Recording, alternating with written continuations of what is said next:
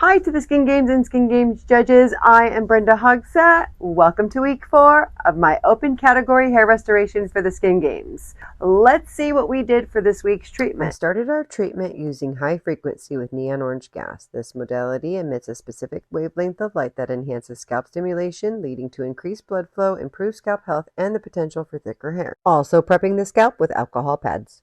Next, I performed dermabrasion with a 60 grit tip and a PSI of 12 and paired with an exfoliation solution with lactic acid for exfoliating, moisturizing, rosemary leaf extract for calming, and kelp for soothing. Using a PSI of 12 for suction for the scalp. On the face, I usually do 8 to 10, but for the scalp, I use 12 to 15 for a better suction to remove dead skin cells and any impurities from the follicles in the scalp.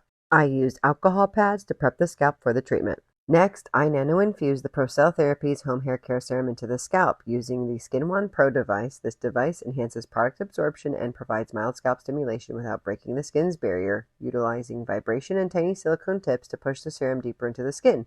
The Procell Home Hair Care Serum has stem cells and growth factors to activate dormant follicles and nourishes the follicles in hair. Also patented WNT1, which stops shedding and further hair loss. Pairing the nano infusion device with the Home Hair Care Serum allows for optimal product absorption and scalp health.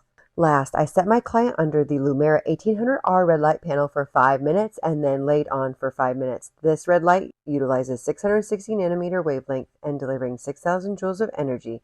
This light therapy aids in optimal product absorption of the Procell Home Hair Care Serum and promotes cellular regeneration in the scalp. Thank you for joining me for week 4 of my open category hair restoration of the Skin Games. So good morning, good afternoon, and good evening to the Skin Games and Skin Games judges and everyone watching. We'll see you all at week 5. Bye!